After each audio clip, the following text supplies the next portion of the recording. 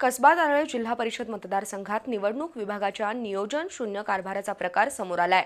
मतदानाचा हक्क बजावण्यासाठी गेलेल्या एका महिला मतदाराचं नावच यादीत नसल्याचं उघड झालं, तर एकेका मतदाराची 4-4 ठिकाणी नावं असल्याचं आढळलं।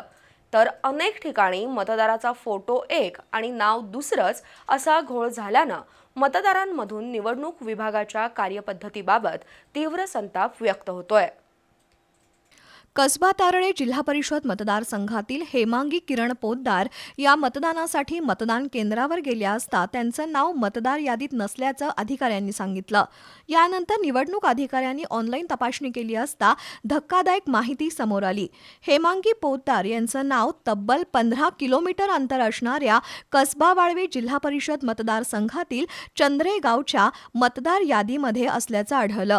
त्यामुळे त्यांना हक्काच्या मतदारसंघात मतदान करता आलं नाही। अनेक मतदारांना मतदान यादीत नाव शोधण्यास वेळ घालवावा लागला, त्यामुळे मतदारांनी संताप व्यक्त केला। मी कसबा तारळे राहते, पण माझं नाव इथं मी वोटिंग घेऊन गेलते, इथं पहिल्यांदाच गेले, तर माझं नावच आले नाहीये। मग आता आमचं नाव दुसऱ्या गावी आलेलं आहे। कुणी सांगितलं तुम्हाला दुसरी गावी? इथं चेक केलं यादीमध्ये, तर आम्हाला काही तिथं नावच नाही मिळालं। मग माझ्या मिस्टरांनी ते बघितलं सगळीकडे चेक करून, सकाळपासून त्यांचं चाललंय, तर त्यांना ते समजलं दुसऱ्या गावात आलेलं आहे। अनेक वर्षांपासून मतदारसंघात नाव असताना अचानक त्या मतदाराचं नाव दुसऱ्या मतदारसंघात नोंदवलं जाणं हा निवडणूक विभागाचा निष्काळजीपणा असल्याचं शेखर पाटील यांनी सांगितलं। या ठिकाणी हेमांगी किरण पोद्दार हे जे मतदार आहेत यांना पहिल्यांदाच चान्स मिळाला होता मतदान करण्यासाठी, परंतु या भोंगळ कारभारामुळे आज बघितलं तर कसबा तारळेमध्ये त्यांचे जे मतदान होते ते न लागता ते या ठिकाणी धामोड गावात तिकडे कुठेतरी गेले।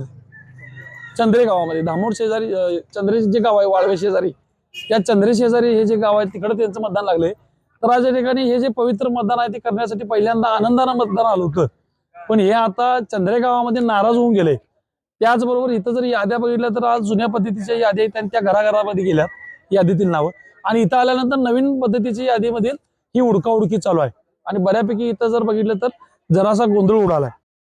या प्रकरणाची चौकशी करून जबाबदार अधिकाऱ्यांवर कारवाई करण्याची मागणी होतीये।